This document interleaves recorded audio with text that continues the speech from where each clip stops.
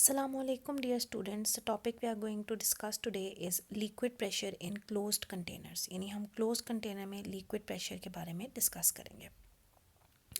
अब बेसिकली जब भी किसी भी लिक्विड को किसी कंटेनर में इनक्लोज किया जाता है और एक्सटर्नल फोर्स के थ्रू प्रेशर को जनरेट करवाया जाता है तो ऐसे केसेस में लिक्विड्स ओबे करते हैं पैस्कल्स लॉ, अकॉर्डिंग टू विच हम ये कह सकते हैं कि जब भी किसी भी लिक्विड को जो कि किसी कंटेनर में इनक्लोज है और उस पर कोई भी एक्सटर्नल फोर्स के थ्रू प्रेशर एक पॉइंट पे जनरेट करवाया जा रहा है तो according to Pascal's law that pressure will be transmitted equally in all the directions of that liquid or fluid without any loss.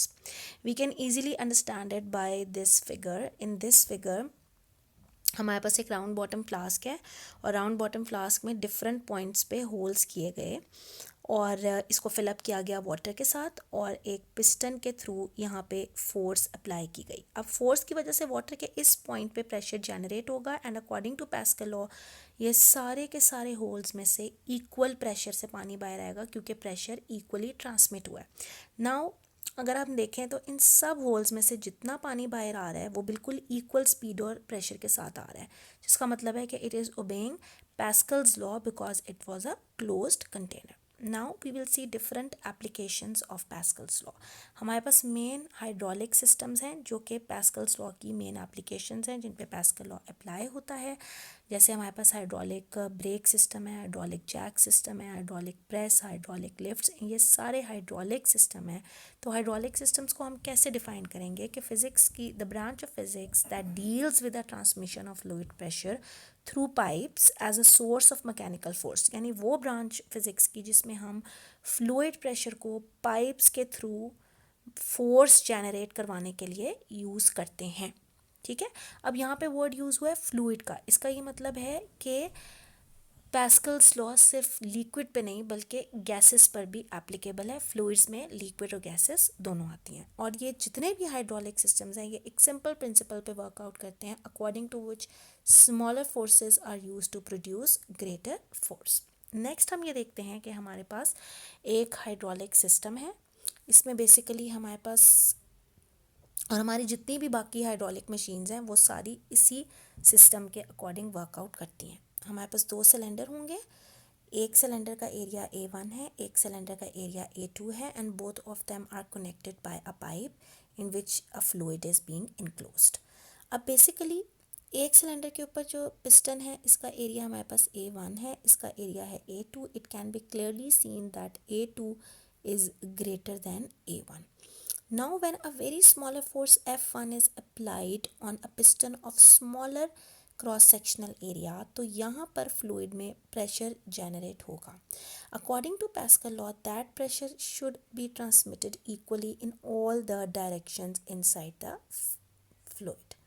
ठीक है, अब जब वो सारी डायरेक्शंस में इक्वली जा रहा है प्रेशर तो जब वो ग्रेटर क्रॉस सेक्शनल एरिया वाले पिस्टन पर आएगा ओवर हेयर तो चूँकि इसका एरिया ज़्यादा है तो according to the relation P is equal to F over A, चूँकि area of this piston is more तो यहाँ पर प्रेशर को कांस्टेंट रखने के लिए जो फोर्स F2 जनरेट होगी उसको भी ज़्यादा होना पड़ेगा.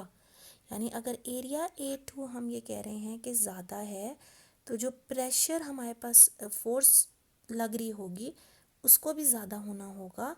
वाई? ताकि जो ओवरऑल प्रेशर का इफ़ेक्ट है वो सेम रहे. ठीक है, यानी अगर एरिया को आप ज़्यादा कर रहे हैं तो फोर्स को भी ज़्यादा करेंगे ताकि ओवरऑल दोनों क्वांटिटीज़ इस हिसाब से एडजस्ट हों कि जो प्रेशर है वो पैस्कल्स लॉ को ओबे करते हुए सेम रहे. इसका ये मतलब है कि जितनी फोर्स यहाँ पे लग रही थी उसके अकॉर्डिंग जो फोर्स इधर जनरेट होगी इस पिस्टन पर F2 that will be far greater than F1. अब इससे ये क्लियर हुआ कि फोर्स मल्टीप्लाई हो गई कई टाइम्स अपनी ओरिजिनल वैल्यू से. इसीलिए हम हाइड्रोलिक सिस्टम्स को फोर्स मल्टीप्लायर्स भी कहते हैं क्योंकि इनके केस में अप्लाई होती है एक बहुत छोटी फोर्स लेकिन ग्रेटर क्रॉस सेक्शनल एरिया वाले पिस्टन तक जाते हुए पैस्कल्स लॉ को ओबे करवाने के लिए वो फोर्स कई टाइम ज़्यादा हो जाती है जिसकी वजह से यहाँ पे पड़े हुए लोड इजीली लिफ्ट अप हो सकते हैं. This is the main principle of hydraulic systems and all the hydraulic machines work on this principle. ठीक है.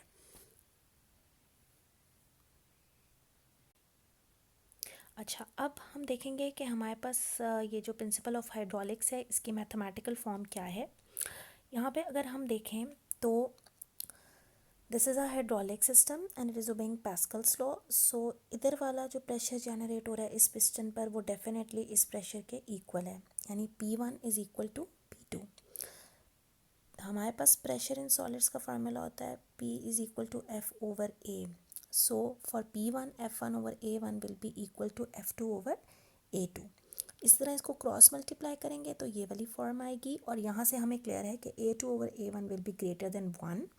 सो क्योंकि रेशो है तो ये 1 से बड़ी है, तो A2 A1 से बड़ा है, तो it is very clear that F2 is greater than F1. तो यहाँ से हमें क्लियर हुआ कि जो मैथमेटिकल फॉर्म है हमारे पास हाइड्रोलिक मशीन्स की वो हमारे पास है A2 over A1 is equal to F2 over F1 और L over E is equal to A over A. अब बेसिकली ये वाली फॉर्म भी बिल्कुल यही है. कैसे? F2 ग्रेटर फोर्स थी, बेसिकली लोड्स को लिफ्ट अप करने के लिए यूज़ अप हो रही थी, तो इसके लिए capital L which is representing load. F1 was smaller force जो कि एफर्ट थी जो हमने अप्लाई की, तो कैपिटल A के साथ रिप्रेजेंट हो रही है. फिर A2 जो क्रॉस सेक्शन एरिया था बिगर पिस्टन का बाय कैपिटल A के साथ भी रिप्रेजेंट हो सकता है, और A1 जो कि क्रॉस सेक्शनल एरिया था स्मॉलर पिस्टन का वो स्मॉलर A के साथ भी रिप्रेजेंट हो सकता है. अब इसी के अकॉर्डिंग यहाँ पर एक फिगर बनाई गई है. इसमें हमारे पास 3 क्वांटिटीज़ गिवन है और इस मैथमेटिकल फॉर्म को यूज़ करके हमने इसकी 4th क्वांटिटी को मेजर करना है. तो जो हमारे पास 3 क्वांटिटीज़ गिवन है उसमें हमारे पास F1 गिवन है दैट इज़ 20 न्यूटन. हमारे पास A1 गिवन है दैट इज़ 1 मीटर स्क्वायर और A2 गिवन है that is 5 metre square. The quantity which we have to find is F2 which is basically the load. तो हम इस वाले इक्वेशन को यूज़ करते हैं. A2 हमारे पास है 5 मीटर स्क्वायर, A1 हमारे पास है 1 मीटर स्क्वायर. F2 को हमने फाइंड आउट करना है और F1 हमारे पास है 20 न्यूटन. ये मीटर और ये मीटर स्क्वायर कैंसिल आउट हो गए, ये 20 क्रॉस मल्टीप्लाई करके यहाँ पे मल्टीप्लाई हो जाएगा, तो आपके पास F2 की वैल्यू आएगी 100 Newton which is very much greater than 20 Newton. इसका मतलब है कि ये बात भी यहाँ से क्लियर हो गई that F2 is greater than F1. तो इस तरह का अगर कोई भी क्वेश्चन आता है जिसमें इस मैथमेटिकल फॉर्म को यूज़ करके कोई वैल्यू गिवन हो तो बाकी 3 वैल्यूज़ गिवन होंगी. You can use this formula to find out the 4th value. Next we will discuss hydraulic jack systems. Basically हम हाइड्रोलिक जैक सिस्टम को इस फिगर में डिस्कस करेंगे. अब हाइड्रोलिक जैक सिस्टम में आपको जो जो कंपोनेंट नज़र आ रहे हैं पहले हम उनको देख लेते हैं. You can see an oil tank over here जिसमें ऑयल फिलअप हुआ हुआ है. This is basically the oil tank. उसके बाद हमें 2 पाइप्स इस ऑयल टैंक में से जाते हुए नज़र आ रहे हैं टूवर्ड 2 सिलेंडर्स. 2 सिलेंडर्स जो हमारे पास मौजूद हैं, एक ये है और एक हमारे पास ये है, स्मॉलर सिलेंडर और ग्रेटर सिलेंडर. क्योंकि हमारे सारे हाइड्रोलिक सिस्टम्स में एक सिलेंडर छोटे क्रॉस सेक्शनल एरिया का होगा, एक लार्जर का होगा, ताकि ग्रेटर फोर्स जनरेट हो और लोड लिफ्ट अप हो सके. और इन दोनों सिलेंडर्स को ज्वाइन करने के लिए यहाँ पर हमें एक ज्वाइनिंग पाइप नज़र आ रहा है. 2 वेल्व्स मौजूद हैं V1 एंड V2 और यहाँ पे क्लियरली प्रिंसिपल भी लिखा हुआ है that is F1 is less than F2 या F2 is greater than F1. और अगर हम इसको कहते हैं कि ये A1 है तो हम इसको कहेंगे कि ये A2 है, तो डेफिनेटली हमें ये भी क्लियर होगा कि A2 is greater than A1. अब होगा क्या या ये कैसे वर्कआउट करती है. ऑयल टैंक में से ऑयल आएगा टूवर्ड स्मॉलर सिलेंडर. यहाँ से वेल्व V1 को खोला जाएगा. वेल्व का मकसद ये है कि ये ऑयल के बैकवर्ड फ्लो को स्टॉप करती हैं. एक दफ़ा ऑयल टैंक से ऑयल V1 को खोला गया, स्मॉलर सिलेंडर में आ गया, फिर उसके बाद V1 को क्लोज़ कर दिया जाएगा ताकि वो जो सिलेंडर में ऑयल आया है वो वापस पीछे ना जा सके. ठीक है।